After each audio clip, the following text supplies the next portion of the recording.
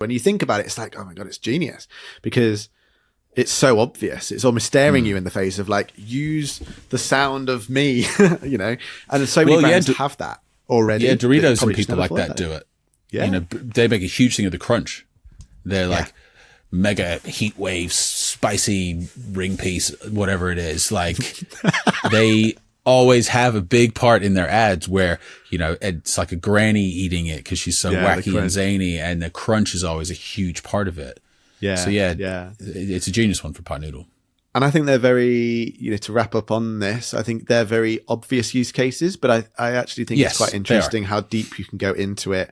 We've been thinking about how like nature can lead the way in product sounds. You know, maybe the nature around creating the product can be the thing that makes the sound of that campaign or whatever. It might be a much deeper level of connecting to it.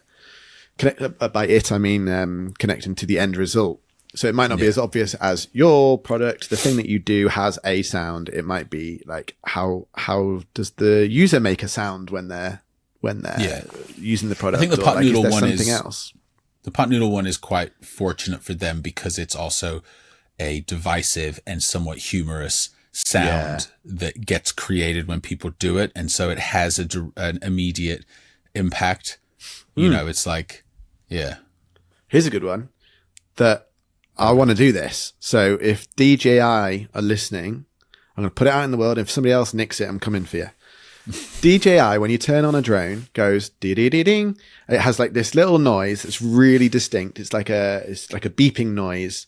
And every type of drone, no matter how expensive, professional or amateur and small it is, makes the same noise. If you are a drone user, you will know that sound very well.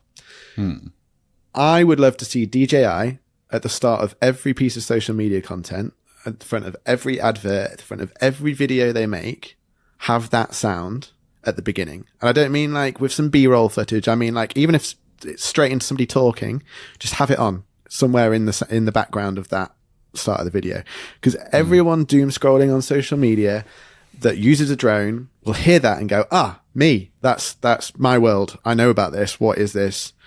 I want to stop and watch it. Just that split moment of catching attention.